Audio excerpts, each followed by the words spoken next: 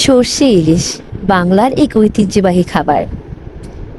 নেব 3 টেবিল চামচ সরিষা, দুটো কাঁচামরিচের সাথে পেস্ট করে নেব।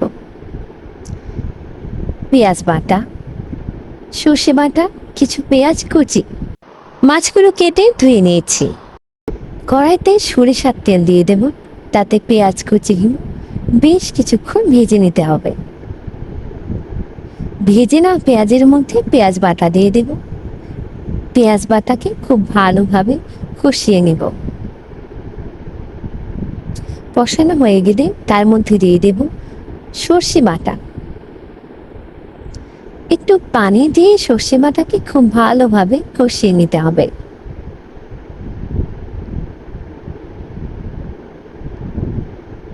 সর্ষে কষানো হয়ে গেলে মরিচ, হলুদ আর লবণ দিয়ে আরও একবার পানি দিয়ে কষিয়ে নেবেন।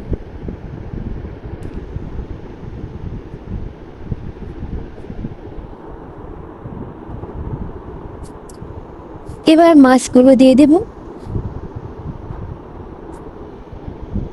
মাছগুলো দেওয়ার পরে ভালোভাবে ঝোলের সাথে মাছগুলোকে মাখিয়ে নেব।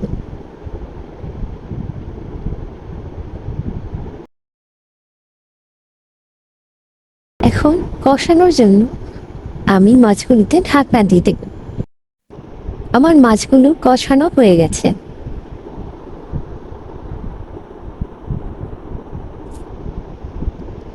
এখন আমি ঝোলের জন্য মাছে দিয়ে দিচ্ছি 1.5 কাপ পরিমাণ পানি।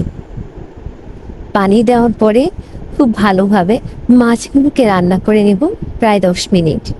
দুটো কাঁচামরিচও দিয়ে দিলাম, এতে ঘ্রাণ আসবে।